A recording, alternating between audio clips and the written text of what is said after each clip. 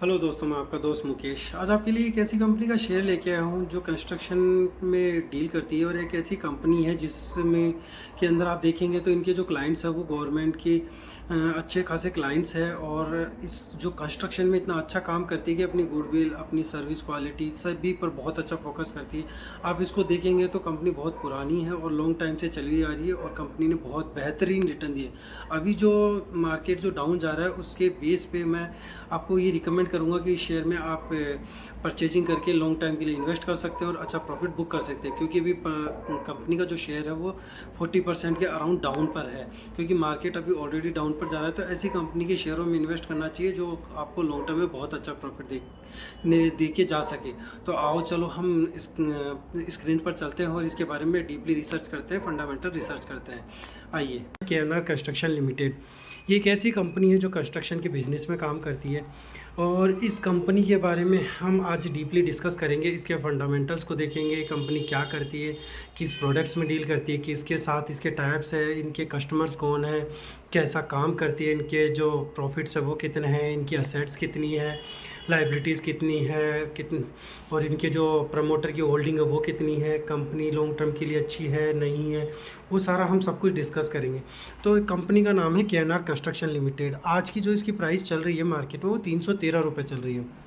अभी इसके बारे में हम देखते हैं कि कंपनी क्या करती है। अब हम पढ़ते हैं केएनआर कंस्ट्रक्शन लिमिटेड जो 1995 में बनी थी, एक hybrid based infrastructure project development company है जो कि रोड कंस्ट्रक्शन होते हैं, हाईवेज़ होते हैं, उसको बनाने का काम करती है और उसका इंफ्रास्ट्रक्चर वगैरह सारा सब कुछ काम करती है। जो ये हाइब्रिड मॉडल पे काम करती है और अर्बन वाटर्स वगैरह, इंफ्रास्ट्रक्चर मैनेजमेंट, एग्रीकल्चर प्रोडक्ट्स, इन सभी पर और भी प्रकार के काम करती है। जो इनकी हम ये देखेंगे कि जो ऑर्डर बुक है वो रोड्स, जो रोड है इनके पास, जो रोड्स के प्रोजेक्ट है वो अराउंड 42% के ऑर्डर्स इनके पास पड़े हैं। रोड्स के इरिगेशन के 30% पड़े हैं और अदर्स के 27% हैं। इसमें आप ये देखेंगे जो इनके क्लाइंट्स हैं वो क्लाइंट्स देखिए आप, इसमें क्लाइंट्स बता रखे हैं। एनएचआई इनका क्लाइंट्स है। एक ministry of road transport and highway इनका क्लाइंट है। गवर्नमेंट ऑफ तेलंगाना इनका क्लाइंट है। Karnataka state highway improvement projects इनके क्लाइंट है। Madhya Pradesh road development corporation limited ये इनके क्लाइंट है। तो आप देख सकते हैं कोई एक क्लाइंट नहीं है कि किसी एक पे डिपेंडेंट ना होकर इनके बहुत सारे अलग अलग क्लाइंट है। ये तो सारे गवर्नमेंट के क्लाइंट हैं, तो प्राइवेट क्लाइंट्स अलग होंगे। अब इनकी एजुकेशन कैपेबिलिटीज़ देखिए कि इन्होंने क्या क्या अभी तक क्या हासिल किया है। जो इन्होंने अभी तक हासिल किया है वो इन्होंने किया है कि 8,700 लेन किलोमीटर इन्होंने रोड प्रोजेक्ट आज की डेट तक बना दिए हैं। और इसके बाद हम देखते हैं जो इन हाउस इक्विपमेंट, मतलब जो इनसे इनको बेनिफिट मिलता है। अगर किसी कंपनी के पास अपने इक्विपमेंट अच्छे होते हैं, मतलब इनके असेट्स वगैरह होते हैं, तो उससे क्या होता है कि इनको बाहरी चीज़ों को रेंट पे लेना नहीं पड़ता है, जिससे इनका खर्चा कम लगता है।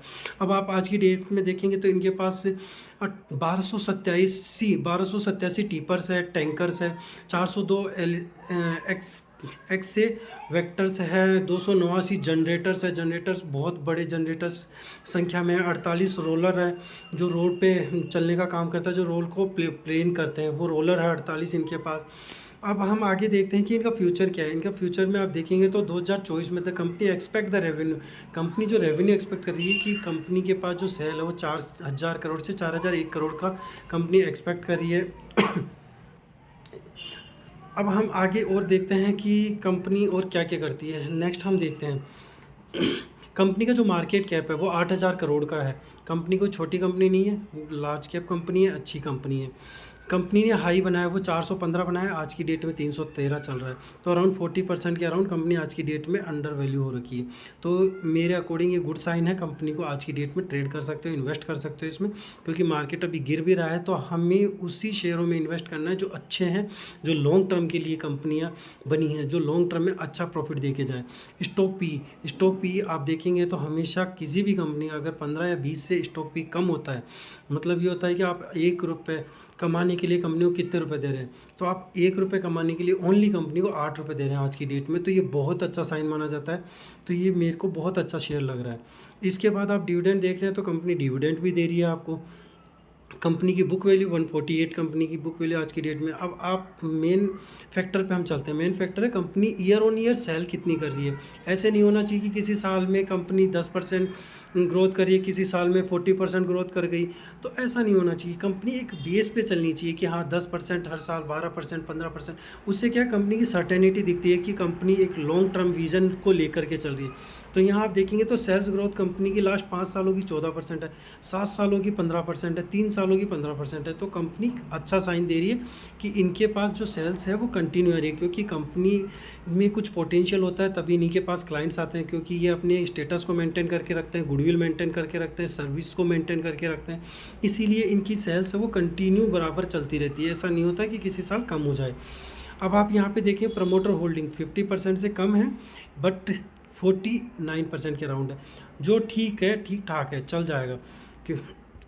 इसके बाद आप हम देखते हैं प्लेस परसेंटेज। कंपनी ने अपने शेयर्स को एक भी तरह से प्लेस नहीं कर रखा है। कंपनी ने ऐसा नहीं है कि अपने शेयर्स को गिरवी रखिए कहीं से पैसा उठा रही है। अब मैंने अभी आपको बताया था कि यहाँ पे आप देखेंगे तो कंपनी की जो स्टॉक पी है वो 8 का है, और इंडस्ट्री का पी कितना चल रहा है 23.2, जो कि बहुत अच्छा साइन है। अगर आप इंडस्ट्री इसके अलावा दूसरी कंपनी में इन्वेस्ट करने जाते हैं सेम इसी फील्ड में, तो आपको वहाँ 23 रुपये देने पड़ेंगे 1 रुपये कमाने के लिए, यहाँ आपको 8 रुपये देने पड़ रहे हैं।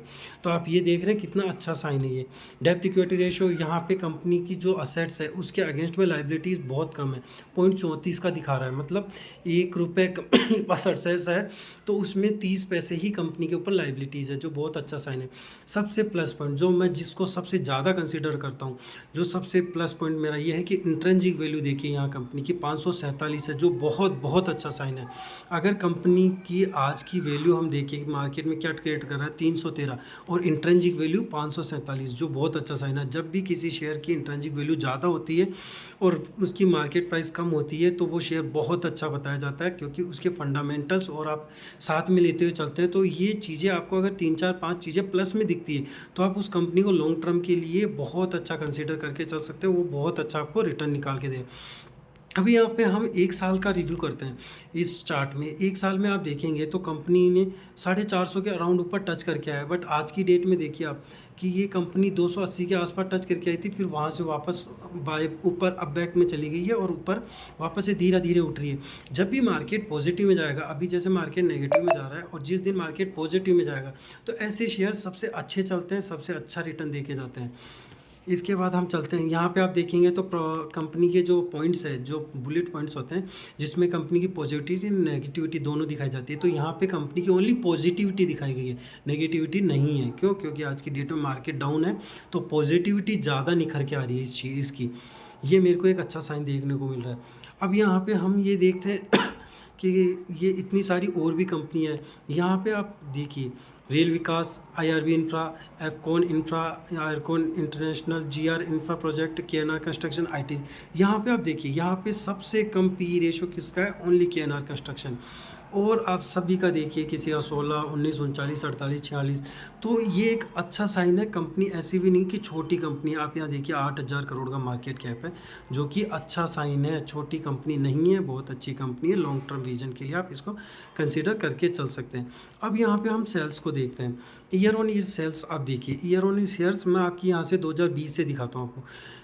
2450 करोड़, फिर 2021 में 2900 करोड़, 2022 में 3600 करोड़, 2023 में 4000 करोड़, 2024 में 4400 करोड़। मैंने क्या बोला? कंपनी कंसिस्टेंट लेवल पे चल रही है, अपनी सर्विस, अपनी क्वालिटी, अपनी गुडविल सभी को मेंटेन करके चल रही है। इस वजह से कंपनी की सेल एक सर्टेन लेवल पे धीरे धीरे बढ़ती जा रही है। यही होता है कि जब कंपनी एक अच्छी कंपनी होती है, वो अपने हर चीज़ों पे ध्यान देती है, अपनी गुडविल, अपनी सर्विस सभी पे, तो वो हमेशा ग्रोथ करती है। तो आप ये देखिए कि कितना अच्छा ग्रोथ कर रही है। यहाँ पे आप देखेंगे तो प्रॉफिट कंपनी का जो निकल के आ रहा है वो देखिए यहाँ पे 383, 366, 439, 752 करोड़। कंपनी कितना अच्छा प्रॉफिट जनरेट कर रही है आफ्टर टैक्स। कंपनी डिविडेंड भी दे रही है, ऐसा नहीं कंपनी डिविडेंड नहीं दे रही है।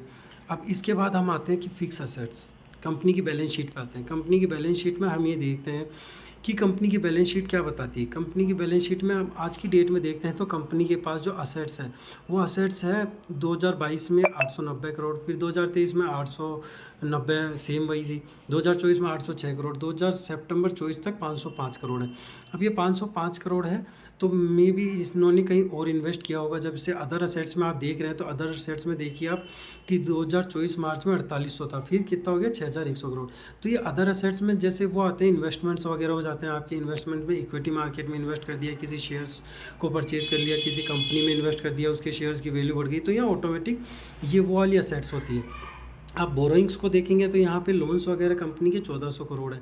तो असेट्स के बिहाफ पे 1400 करोड़ का लोन ज़्यादा नहीं है। कंपनी रिजर्व मेंटेन करके चल रही है 4000 करोड़ की।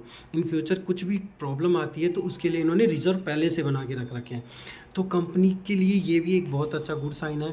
यहाँ पे सबसे प्लस पॉइंट इस कंपनी का ये है कि कंपनी अपने पास कैश मैनेज करके चल रही है कि इन फ्यूचर जो डेली रूटीन के लिए खर्चों के लिए कैश चाहिए होता है उसके लिए कंपनी के पास आज की डेट में 165 करोड़ रुपए पड़ा है मार्च 2024 में, जो कि एक अच्छा साइन माना जाता है। कभी भी कंपनी अपने फिक्स असेट्स इनको लेकर के डेली रूटीन के काम नहीं कर सकती है। हमेशा डेली रूटीन के काम करने के लिए कंपनी को डेली बेस पे कैश चाहिए होता है। उसके लिए देखिए कंपनी के पास 2022 में 20 करोड़ था, फिर 23 में 44 करोड़, अब 24 में 165 करोड़ रुपए है, जो कि एक अच्छा साइन है, बहुत बहुत अच्छा साइन है। इसके बाद हम आते हैं प्रोमोटर होल्डिंग में। प्रोमोटर होल्डिंग देखिए आप, सितंबर 2024 तक इसको हम ईयर वाइज कर देते हैं। प्रोमोटर होल्डिंग देखिए, प्रोमोटर होल्डिंग में कंपनी के पास 48% प्रोमोटर होल्डिंग है। अब आपको मैं शॉकिंग न्यूज़ देता हूँ, इसमें आप देख के दंग रह जाएंगे ऐसी कंपनियों में किस किस ने इन्वेस्ट कर रखा है। हम यहाँ आते हैं एफआईज के ऊपर। एफआईज में देखिए आप, the master trust bank of Japan, Japan जैसे देश के बैंक ने इन्वेस्ट कर रखा है इस कंपनी में।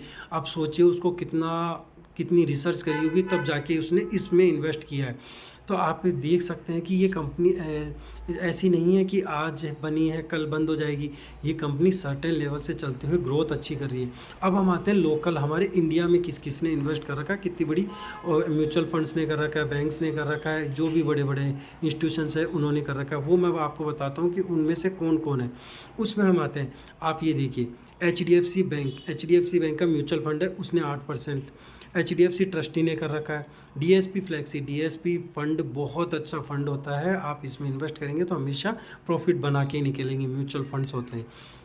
ऐसे प्रूडेंशियल ने कर रखा है। SBI स्मॉल कैप, SBI जैसे बैंक के फंड इसमें जुड़े हुए हैं, इसमें इन्वेस्ट कर रहे हैं। टाटा म्यूचुअल फंड देखिए, आप खुद देखिए कितने।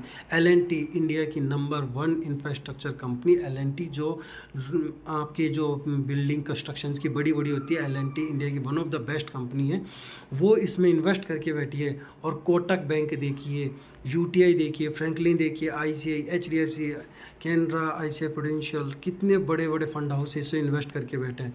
तो आप इसमें क्यों चूक रहे हैं, आपको भी इन्वेस्ट करना चाहिए। आज ही के टाइम पे आपको सबसे अच्छे शेयर, सबसे अच्छी प्राइस में ये शेयर मिल रहा है, इससे अच्छी प्राइस आपको नहीं मिलेगी। तो मेरे अकॉर्डिंग ये लॉन्ग टर्म के लिए बहुत अच्छा शेयर है, इसको आपको कंसीडर करना चाहिए। और भी आपको इसके बारे में कुछ देखना हो, समझना हो, जानकारी चाहिए हो तो आप screener.in एक इंडियन साइट है, उस पर जाइए, वहाँ पे जाके इस कंपनी के बारे में रिसर्च करिए। और भी कुछ है तो आप इसको गूगल पे जाके इसके बारे में रिसर्च कर सकते हैं। कुछ आपको कुछ समझ में नहीं आया हो, कुछ पूछना हो तो आप मेरे को कमेंट करके पूछ सकते हैं।